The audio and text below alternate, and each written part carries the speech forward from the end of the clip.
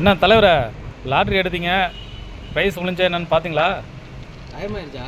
ஆ ஆமாங்க, டைம் ஆயிடுச்சுங்க. எடுத்து பாருங்க. 1 கோடியா 2 கோடியா 5 கோடியா? 1 கோடியோ தெரு கோடியோ இந்த பாப்போம் பாருங்க.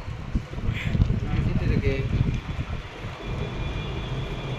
இது ஒரு நம்பரு. கிட்ட காட்டுங்க, ஒன்றும் இதில்ல. ஆ நல்லா பார்த்துட்டீங்களா? ஆ இப்போ நம்ம வந்து உள்ளே போய் செக் பண்ணி பார்ப்போம். பாருங்க பாருங்க பாருங்க. ஸ்கேன் பண்ணுவோமா? ஆ பண்ணுங்க. அதான் ஸ்கேன் கொடுத்துருக்காங்களே. ஸ்கேன் பண்ணி பார்ப்போம் எவ்வளோ இருக்குன்னு.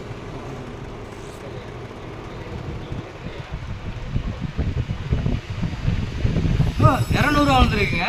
அட்ரா சக்க 200 வந்துருச்சா? எங்க காட்டுங்க. இந்த சீட்டில் ₹200 வந்துருக்கு. பரவாயில்லையேங்க. அடா ஆமாங்க. செலவுக்கு ஆயிடுச்சுங்க.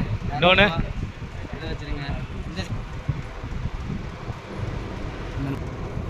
இதில் இருக்குமாங்கிறத பார்ப்போம். இதில் ஒன்றும் இல்லைங்க.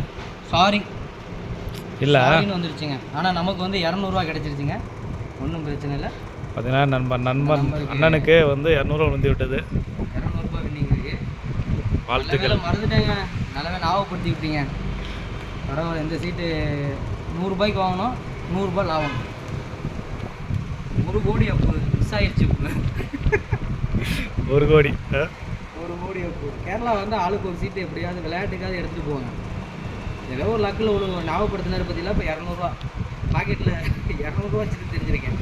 இவங்க போய் கொடுத்துட்டு மறுபடியும் 4 சீட்டு வாங்குவேன்னு நினைக்கிறீங்க?